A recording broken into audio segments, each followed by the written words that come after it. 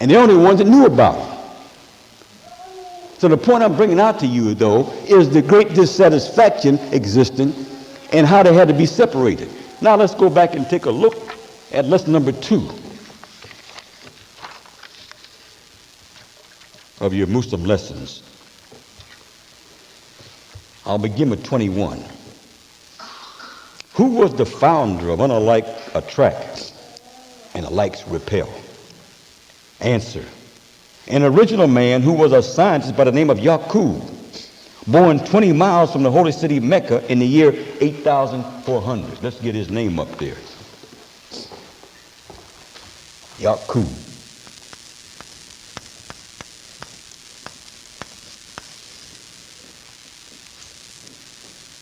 Born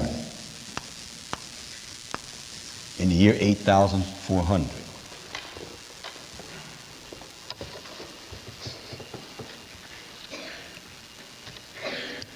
How old was the founder?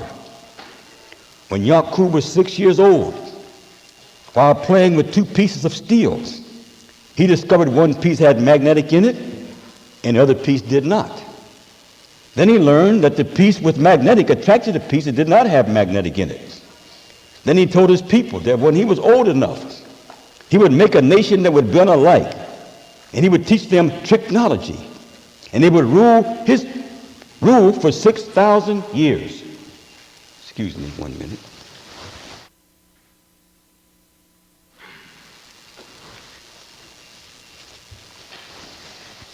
I'm just going to take my time and talk to you like a man talking to his friend. I'm not coming for you, some big me or some little you or some great man. I'm just coming to you as your little brother who has a message from God. I met with the Lord Elijah Muhammad. Wait till you find out who Elijah Muhammad is. Wait till the world finds out who he is. Then when you find out who he is, you might find out who some others are around here.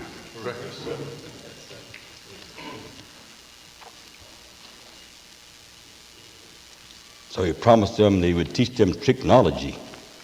And the technology, they would rule for 6,000 years. Just think about that now. The white man, the devil, has been ruling the people with technology. Technology means the science of tricks. Deception. Is that clear? Think about it. You've been following the devil himself, and he's been using tricks on you and your families ever since we've been here among them. Tell us what he promised his nation he would do. That he would make a devil, graft him from his own people, that he would teach them how to rule his people for 6,000 years. Now look, remember, there's no white people on earth.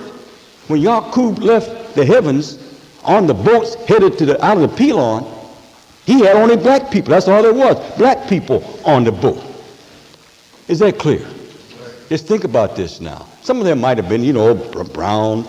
Remember, there's 4 shades of black, 4 shades of brown. There's 16 varieties of complexions. There's 4 shades of black, 4 shades of brown, 4 shades of yellow, and the 4 shades of red. There's 16 varieties of complexions. Do you understand? So Yakub had these black people, which some of them I say might have been brown and black, all mixed up there together. See, because a black man can produce one like himself or one brown. That's in his very nature. He can produce this.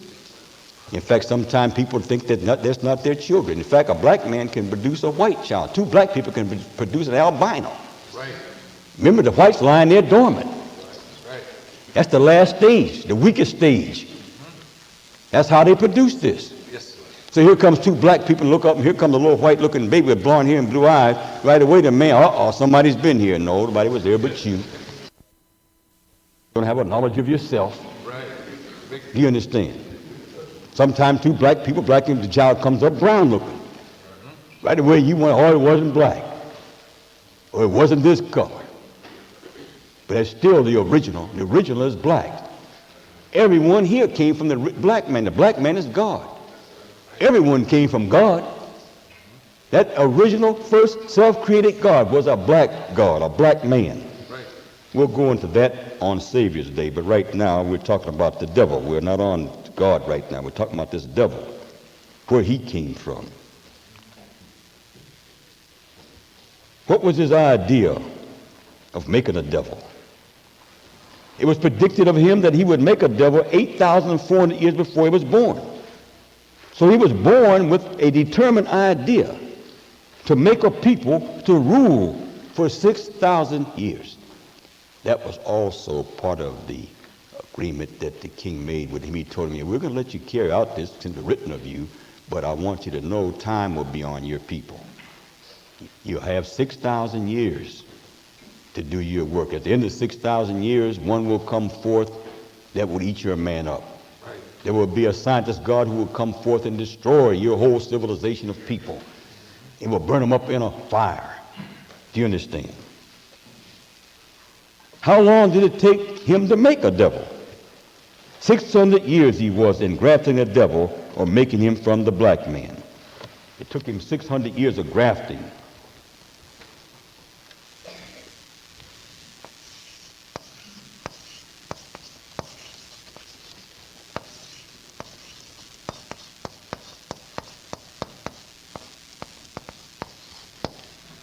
The first 200 years of the 600 years, he killed out the black.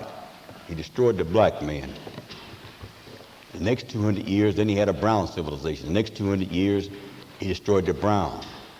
Then he had a yellow civilization, mulatto civilization. The next 200 years, he destroyed the yellow man, and he ended up with, he grafted him to his final stage, which was white. And he didn't live to see the whole grafting process take place. He only lived to be 150 years old. But he left orders with all of his subordinates, his chief men, helpers, scientists. He told them to carry out the experiment. He said, now when they turn white, he said, now don't graft them past that 600 years, he said, because if you do, if you take them to a stage further than that, he said, there'll be nothing but running sores. He said, now when they become white, totally unalike. Remember now, there's no people like this on earth. And Yakub's main idea was alikes attract and unalikes attract and alikes repel. So he's making an unalike people that will be attracted to the people that's alike.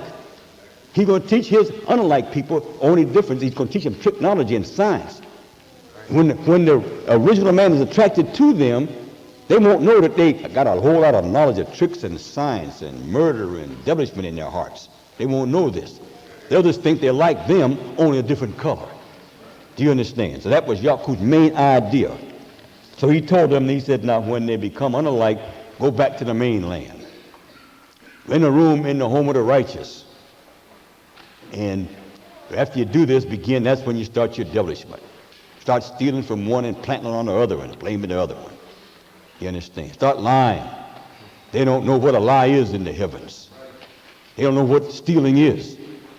So start lying and stealing and blaming it on the other. And he said, pretty soon you'll have them all disturbed. He said, then when they begin to fight one another, he said, you step in between them. Now wait just a minute. You shouldn't be fighting. You should be at peace with one another. Now he just started this devilishment, got them fighting. And he steps in between. He said, now if they will accept you as their judge, you can rule both of them then. Do you understand? That's some high science. He does that right now. Use that kind of technology and science on the black man. He's always doing it. Plant something on you and then put you in prison. Right. By planting something on you. Go kill somebody and blame it on you. He specializes in doing that. Go out there and beat a man's brains out and say he attacked us. Look what they did with that Rodney fellow there. Right. If that man wouldn't have those pictures there, in other words, they said he attacked them. We're scared of him. Here's 6 men with guns and clubs. But we're afraid of this one black man, and he's already on the ground subdued, yet they're afraid of him. Oh, he might rise up there with that dope he was using and hurt us. That's ridiculous, isn't it? Yes, sir. He's got his men, his trained almost all of them. One of them by himself should be able to handle an assailant. You understand? And don't mention 2 of them with clubs and guns. Here's a man unarmed, don't have no weapons, no clubs, and no gun, and you're telling me 6 men well armed was afraid of a black man on the ground. Well, they must think that's a mighty powerful black man. If they think he can rise up there with nothing and whip all 6 of them, he must be a powerful black man. Of course, that has happened. There's black men that have been handcuffed and whip a devil, handcuffed. There's been black men, they whip him down to the ground. He'd jump up off the ground and go whip 2 or 3 policemen. So they are kind of scared of the black man when they get him mad, because he's sort of like the elephant that don't know his own strength. You can take the old elephant and work him all day, and when you get through working him, pulling logs up out of the swamps and pushing box cars, then take a rope and tie around his leg and put a little stake down and say, okay, Jumbo, you're tied up. He stays there, thinks he's tied up. You got to come and feed him. He won't go look for no food. He'll stay right there and starve there. You got to come and feed him, bathe him down, wash him. Only way you can get Jumbo to act or react, you got to make him mad. Now he's so strong, all he had to do is just move his foot and he's free. That's the way you are. All you got to do is move your foot and you're free. You think you're tied up. He took that little stick with Christianity. You think you're all tied up. All Jumbo had to do is just move his foot. But when you make him mad, he takes care of a whole lot of business, don't he? That's the way the black man is. You got to get you real mad, where you don't care whether you live or die. And then you whip up a whole lot of devils. You might kill some devils behind all of that. He knows that. Do you understand? So anyway, we say all praise is due to Allah. We're coming into the knowledge of ourselves and learning who this great black man is. So Yakub was exercising all this in the heavens. Just think, had the people fighting and killing each other in the heavens. So one day, after enough of that delusion was taking place, the king came down among them. He said, I know you're wondering where your peace went to. You used to have peace, and you're wondering what happened to your peace. He said, ever since these here unalike white devils came into our midst, your peace has been gone. Run these unalike people out of your midst, and your peace will return to you. So they made arrangements to get rid of them. Exile them, round them all up and run them across the Arabian desert. That's how they end up in the hills and caves of Europe. Let's finish working on his making this devil, though. How long did it take him to make the devil? 600 years he was in grafting the devil, or making him from the black man. What year was that? It was in the year 8,400, which means from the date of our present history or Quran, or about 2,600 years before the birth of the prophet Moses.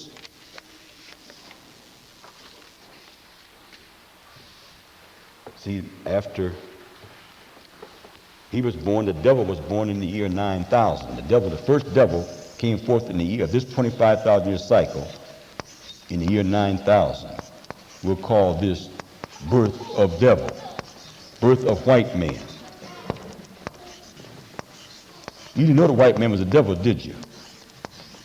You hate that because you're in love with him. Oh, whatever you do, please don't do that. Don't call a white man a devil, because I'm in love. I'm married to one. Well, if you're married to one, you're married to the devil. Oh, my mother was white. Well, then your mother was a devil. Is that clear? However, that don't mean that you're one. Why? Because if your father was a black man, you understand, you're still the original. When a black man and a white woman have a baby, the baby don't come out Caucasian white, right? They say if you have 1/64th of an ounce of black blood in you, the black man's blood is so powerful, if you got 1/64th of an ounce of black blood in your veins, you're a nigger. Call you black. Think about this now. So here we are, this devil here in the year 9,000. 2,000 years, they mentioned 2,000 years later. Then we got a prophet named Moses. Moses came. This is in the year 11,000 of this 25,000 year cycle. I want you to notice now, the white man was given 6,000 years to live and to rule by putting the black man to sleep. In order for him to carry out his rulership, the black people on the earth all had to be put to sleep. They had to be deceived on the white man being the devil. Is that clear? That's why you didn't know this. You didn't know it because all black people on the earth, that's how the white man's ruling. Don't he rule all black people on the earth? Don't he rule the black people in South Africa? Yes, sir. Mexico? Right? He rules the black people, except out in the jungles. Almost among all the civilized people, the white man's ruling or controlling the people. So here we are in the year 11,000, and we got Moses coming forth. His real name was Musa. And Moses is the one that came and raised the devil up out of the cave. He was in the cave at that time. That first 2,000 years, remember I said they exiled him? They ran them across the Arabian desert into the hills and caves of West Asia. And they all went savage. They didn't have nothing to start civilization with, so they all went savage and lived with the wolf dog. They walked on their all fours and grew a little tail. Just think over that. Grew a little 4 or 5 inch tail there. They were like animals. That's why the Bible refers to them as beasts. They were like animals. And they lived in that condition for 2,000 years. And then God remembered them. He had given them 6,000 years. So he sent Moses to them to raise them up so they can continue with their other 4,000 years of the 6,000 years ruling the black man. So now here we are.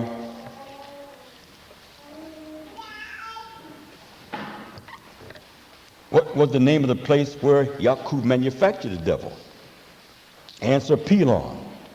The same that is called Patmos in the Revelations, chapter 1, verse 9, an island that is situated in the Aegean Sea, located between Greece and Turkey. Now, I told you Yakub did not live to see the complete grafting process take place. He died at the age of 150 years, but before he died, John Elijah Muhammad said God taught him that he sat down and wrote the Revelations. So the book in the Bible called the Revelations, Yakub wrote that Revelations. He knew what was going to tell his people what would happen to them, how they would end, how the end would take place, and what would happen to them in between. So the devil knows his history. He knows his end is 6,000 years after he was born, but he don't know exactly when.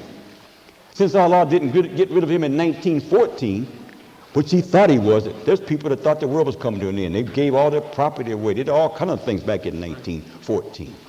They thought that was their end because they knew that was the end of their 6,000 years. But Allah sort of tricked them. The reason why he didn't get rid of them in 1914 because our people was over here in their midst, blind, deaf, and dumb. Right. So until he come and resurrected us and told us the truth about them, you understand, he didn't want to get rid of them because he would have had to get rid of us also. So the time that it takes to enlighten and resurrect the black man and woman from the dead gave the white man an extension of time. Right. He's lived what they call grace. The white man's living on grace. If you don't believe it, go ask him. So are you living in your time or are you living on grace? He'll say, we're living by grace. By the grace of God, we're still here. Right. That's right. By the mercy of God, he's still here. It's not that he deserved mercy. It's that God's people was here asleep. Right. But now, his mercy is just about run out. That's why I'm telling you, warning you, my beloved people, you don't know how close you are to something terrible happening to you. Something very terrible is on the way, and it can happen at any given minute. It can happen as I speak. That's how close we are to the end. That's why I'm coming back and teaching you Yakub history again. Rabbi Elijah Muhammad told me, he said, there's no history to compare with it. He teaches that often to the people. You understand? When I told him the history that seems to wake up the people and get the people, I said it seems to be Shabazz history, the history of Shabazz, the God tribe of Shabazz. He said, no, brother. The main history that I want you to teach is Yakub history. Of course, when I teach Yakub history, you know, they used to always tell me back there when we had a big temple, 1,000 people out on a Sunday.